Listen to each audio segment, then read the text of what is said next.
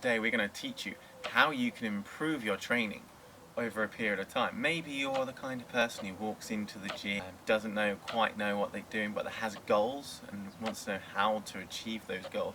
Well, this video is for you. We're going to show you how to make your training specific, how you can aim for those goals and do certain things to reach those goals so that you can help improve the planning of your training.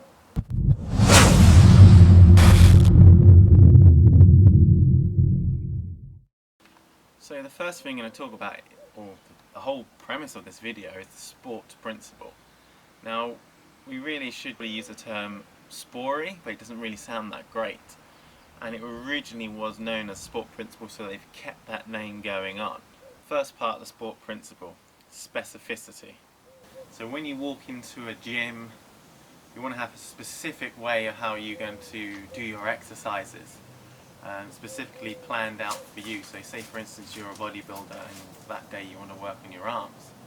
So work on those arms. So set your program out separately for separate days. Now that might not be right for everyone. So say for instance you're only training 2-3 days a week, or you can only have that to train 2-3 days a week. You can't necessarily train a specific body part, but you can still tailor it to your specific needs. So if you want to lose weight and gain certain bit of muscle, so you can still do that. It means you have to do split routines, so maybe do your weights first of all, followed up by your cardiovascular work.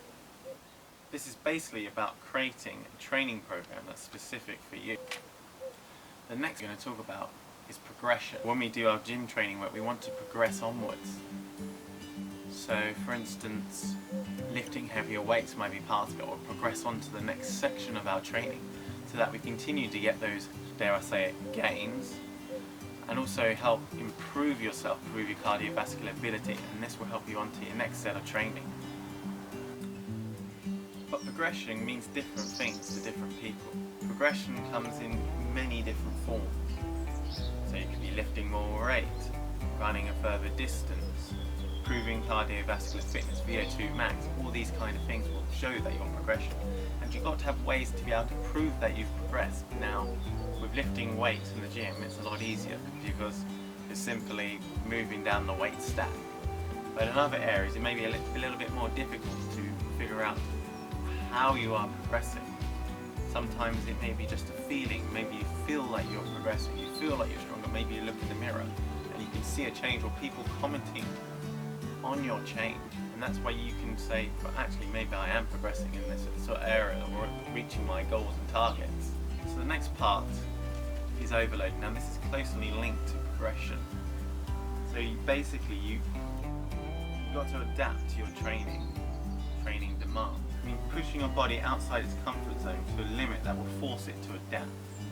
This may be putting more weight on a bar, or adding an extra kilometre in your run. The principle overload can be applied in a number of ways, but the key is to keep challenging your body in order to progress. Within this section of progression and overload, you also have the F.I.T.T principle. Now, the F.I.T.T principle is frequency, intensity, time, and time. And this will help you reach those progressive overload needs in order to improve upon your training to meet your goals. So if you don't do a certain training exercise or part of your training program, you will reverse back. Now, if you were to stop training completely, it takes 2 weeks to get back to baseline.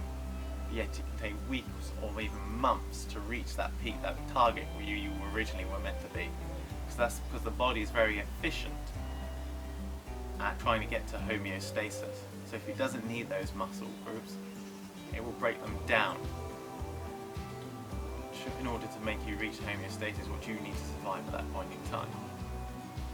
So that doesn't necessarily mean taking a break, taking a nap.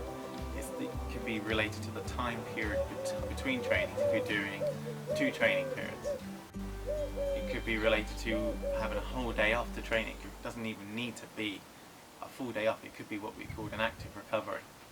So doing something that will keep you active, but at the same time preparing your body ready for the next set of training sessions. And it's important to get rest and recovery, because you can't train necessarily 7 days a week flat out. You have to let your body recover at some point, and that can be more beneficial in helping training. Beckett, for instance, have done research looking at developmental teens and how they can improve their strength. Yes, you've got to take this with a pinch of salt because of the age of the children, and therefore they can naturally improve. But looked at how recovery actually helped those athletes to lift more on their bench, lift more on the squat. So what we mean by an active recovery potentially could mean doing something you wouldn't normally do. For instance, go swimming or something. If that's what you not naturally do, go and have a swim. And you can still be active, but at the same time you're letting your body to recover. You're not letting it get tired. And tired can affect muscular growth, affect your ability to run fast, that kind of thing. Naturally, in a period of training, you would also have maybe a week, 2 weeks off, depending on the training program itself, at an end of a season, because most people plan their seasons to peak at a certain period. Now, if you're just looking to get bigger and stronger or looking to reach certain goals, that's probably not going to matter as much, but having a rest for a week or two is not necessarily going to do harm, if only you're then going to get back into the training and work back towards that goal afterwards. And finally, we have the individual needs. Now this is different to specificity. Specificity refers to the type of training and training in itself, but individual needs refers to as the name probably suggests, to the individual needs of that athlete. For instance, training a adult, you would not train developing teenager. It's just different types of training. So you're working on the demographics of that individual, and what type of training would you do with them at that point in time to help them improve. And then later on they may be able to do the adult type of training. You've also got to take into account that all athletes are individual in themselves, so what works for one athlete will not necessarily work for another. So in fitness and in sport, there's no such thing as good, bad. You can be 50% one, 50% the other, and I say this a lot. But what works for one athlete will not necessarily work for another. You've got to work on what their genetic needs is. So say for instance I have a runner who's going to both do in the 1500 meters. Both similar build, similar height, but one of the training's working for one, but not necessarily for the other. And this may be due down to their genetics. So with one athlete I might have to work more on speed work. With the other athlete I have to work on the miles, getting the mile reps in. But yet they can both potentially run the same time. It's not bad, they're not good, the training. It's just what's individually good for them. With all acronyms, there are weaknesses to them, and this is probably one of them. You could probably say that specificity and individual needs are the same thing, and one thing you must do is to avoid overtraining.